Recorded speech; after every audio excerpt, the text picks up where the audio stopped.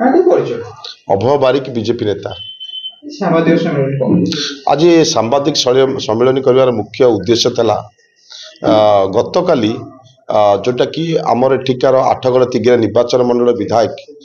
रणेंद्र प्रताप स्वाई महोदय गोटे तांकर चिठी नंबर जोटा कि 246 डेटेड 3/7/2025 जोटा कि माननीय मुख्यमंत्री पाक लिखिते नारी सुरक्षा एवं गो तस्करी विषय तो से विषय में आज एक सांबादिक सम्मेलन करूँ। प्रथम ये कहना चाहे जिते 24 वर्ष स्थिर सरकार बीजेडी था से आप बेबिना इतिश्री बा से समय आप ममिता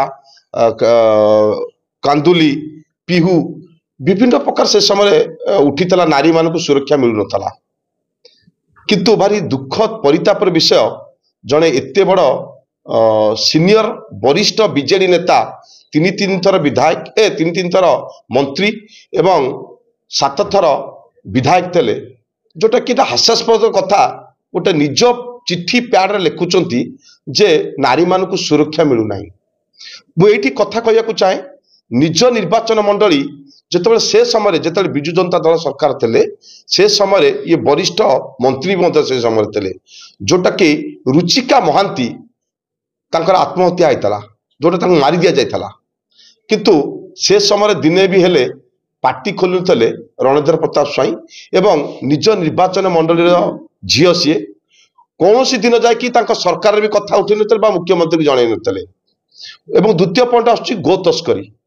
आपण मान समस्त जानते तिगिरिया रे बारमाणी जंगल रे गोरु मानक हत्या करा जाई तांकर मांस बाहर देश को रप्तानी कर टन टन वाइज जोटा कि 5 किलोमीटर व्यापी